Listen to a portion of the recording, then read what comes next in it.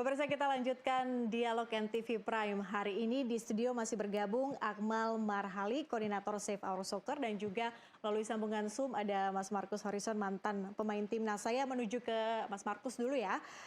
Ini kan pertama kali kita melawan Gini ya Mas ya. Ada catatan nggak kira-kira? Apa kira-kira yang harus kita waspadai saat melawan, saya memiliki lawan baru? Ya, kalau kita sebagai pemain ya, kita nggak bisa harus melihat satu dua pemain ini harus kita jaga, enggak.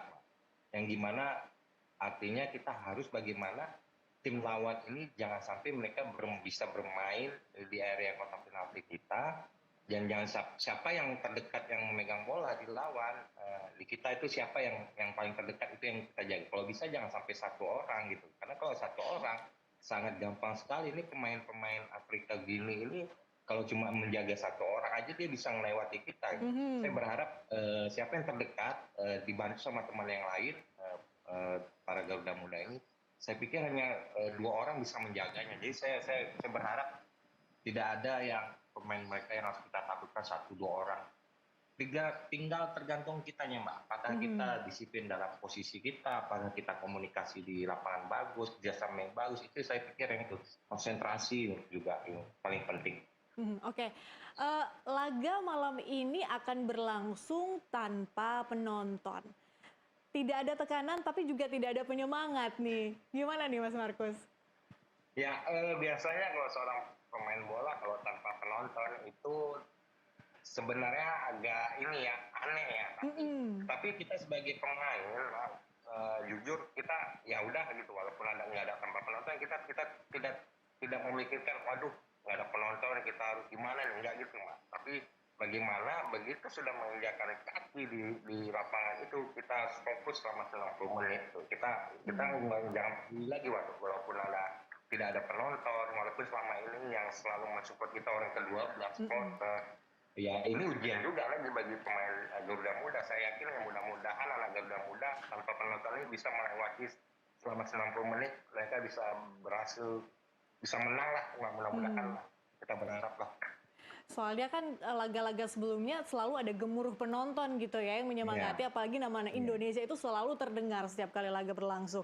Gimana nih Akmal, kira-kira akan berpengaruh nggak ada penonton? Ya kalau pemain bola pasti sedikit berpengaruh ya tanpa penonton, dan kita sudah melihat bagaimana kita tampil luar biasa, kita menguasai Abdullah bin Khalifah, bahkan Abdullah bin Khalifah di Qatar disingkat dengan GBK, Gelora bin Khalifah gitu. Karena seperti markas Indonesia ketika itu, dan kita tampil luar biasa, didukung hampir seluruh penonton yang ada di situ mendukung Indonesia. Bahkan kalau lihat Piala Asia, penonton terbanyak adalah penonton yang setiap pertandingan Indonesia, bahkan tuan rumah saja kalah. Jadi ini ada faktor secara psikologi sendiri. Biasanya pemain kalau ditonton oleh atau didukung oleh supporternya, mereka akan tampil bahkan lebih dari 100% kemampuannya. Nah ini yang menjadi sedikit disayangkan ya. Bahkan kalau seandainya pakai penonton pun, saya yakin di Perancis ini, di Clairefontaine, pasti penonton Indonesia paling banyak juga, walaupun banyak orang-orang gini yang ada tinggal di Perancis. Kenapa? Karena kita dikenal sebagai bangsa yang sangat gila bola gitu kan, asal jangan bola gila aja. Nah ini yang sedikit mempengaruhi secara mental ya, karena dukungan supporter itu sangat dibutuhkan oleh pemain bola. Tapi yang paling penting adalah sekali lagi yang mental. Mental ini yang sangat penting untuk para pemain bisa tunjukkan di lapangan. Jangan sampai kemudian kita sudah inferior berhadapan dengan Gini, yang materi pemainnya kalau kita lihat, wih mainnya di klub-klub luar biasa nih gitu kan. Ini yang harus ditanamkan di diri pemain. Ditambah lagi yang paling saya soroti adalah lini pertahanan. Tanpa adanya Rizky Ridho sebagai kapten tim, dan juga belakangan di Qatar itu Rizky Ridho bukan cuma kapten tim, dia juga komandan utama dalam mengawal pertahanan. Dia clearance terbanyak, intercept terbanyak, kemudian passing terbanyak. Tanpa adanya Rizky Ridho itu sangat kelihatan kali ketika kita kemarin berhadapan dengan Irak gitu kan. Sehingga Nathan Aco yang tadinya main sebagai gelandang bertahan harus ditarik ke belakang untuk menjadi pemain belakang, dan harus kerja keras luar biasa waktu itu kan.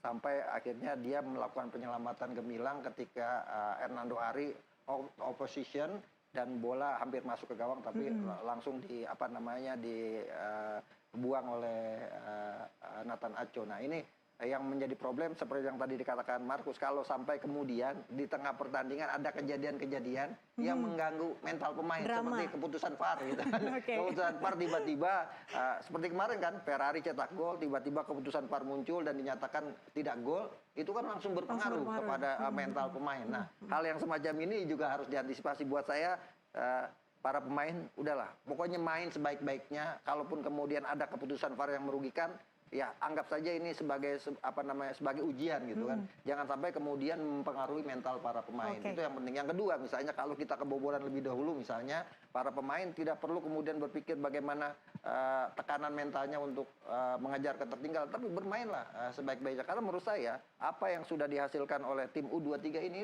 sudah prestasi luar biasa dan patut diapresiasi. Walaupun misalnya seburuk-buruknya takdir kita gagal ke Olimpiade, mereka harus tetap diberikan apresiasi karena mereka sudah tampil luar biasa. Oke, Mas Markus. Jadi tadi disebutkan oleh Akmal nih soal keputusan-keputusan kontroversial wasit ya, dan juga beberapa drama yang sudah kita lewati ya pada laga-laga sebelumnya. Artinya kalau misalnya pemain kemudian diperhadapkan dengan keputusan-keputusan kontroversial wasit, kira-kira apa yang harus dilakukan? Ya, yang pasti untuk menghadapinya seperti gangguan seperti begitu ya, ya kita harus memang di situ harus ada seorang pemimpin ya, itu pemimpinnya itu kapten. Bagaimana kapten itu bisa menenangin teman-temannya agar supaya tidak terlalu emosi, supaya jangan terpengaruh. Makanya itu gunanya kapten di lapangan itu dia sebagai pemimpin, leadernya dia harus memberikan semangat, harus memberikan tetap support. Ya itu gunanya, makanya saya berharap nanti siapapun kaptennya harus bisa memimpin Garuda Muda ini untuk ajak teman-temannya supaya bermain tetap konsentrasi, tetap bermain seperti biasa yang seperti dikata, tetap bermain bola-bola pendek dengan kombinasi ya saya harap begitu. Oke, laga malam ini bisa disebut adalah laga hidup dan mati untuk Indonesia dan juga untuk Gini. Harus menyerang atau bertahan? Ya, kalau bisa kita harus tetap menyerang, Mak. Kalau kita bertahan terus, kita sepak bola ini kalau kita bertahan terus, ya kapan kita cetak golnya kan? Berarti itu ibaratnya kita udah menyerah kan.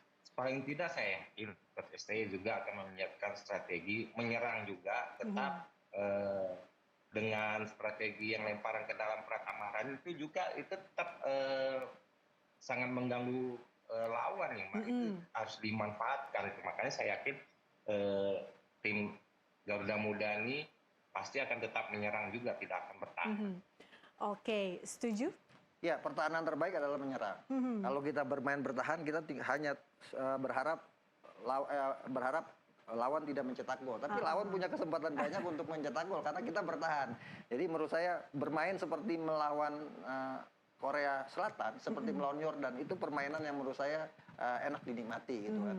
Kita kemudian kalau kita lihat misalnya lawan Australia kita menang, tapi kita lebih banyak bertahan waktu itu kan. Dan untungnya Australia tidak bisa kemudian membobol gawang kita. Tapi kita bikin kita deg-degan juga gitu kan sebagai penonton sepak bola. Jadi menurut saya ya bermain normal saja gitu kan. Jangan kemudian para pemain tertekan dan kemudian mereka lebih fokus kepada bertahan. Dan saya pikir Sintayong sudah menyiapkan strategi terbaiknya untuk bisa mewujudkan mimpi masyarakat Indonesia di pertandingan kali ini. Walaupun tadi saya katakan kalaupun kita gagal, itu bukan kegagalan. Ini kesuksesan yang tertunda. Kenapa? Karena ini tim sudah sangat luar biasa. Bahkan saya menyebut ini golden generation sepak bola Indonesia. 3-5 tahun ke depan tim ini yang akan memberikan kesuksesan buat Indonesia asal bisa dijaga dengan baik. Saya harus berhentikan di situ karena kita harus break terlebih dahulu. Pemirsa tetaplah bersama kami, NTV Prime Dialog masih akan kembali usai jeda.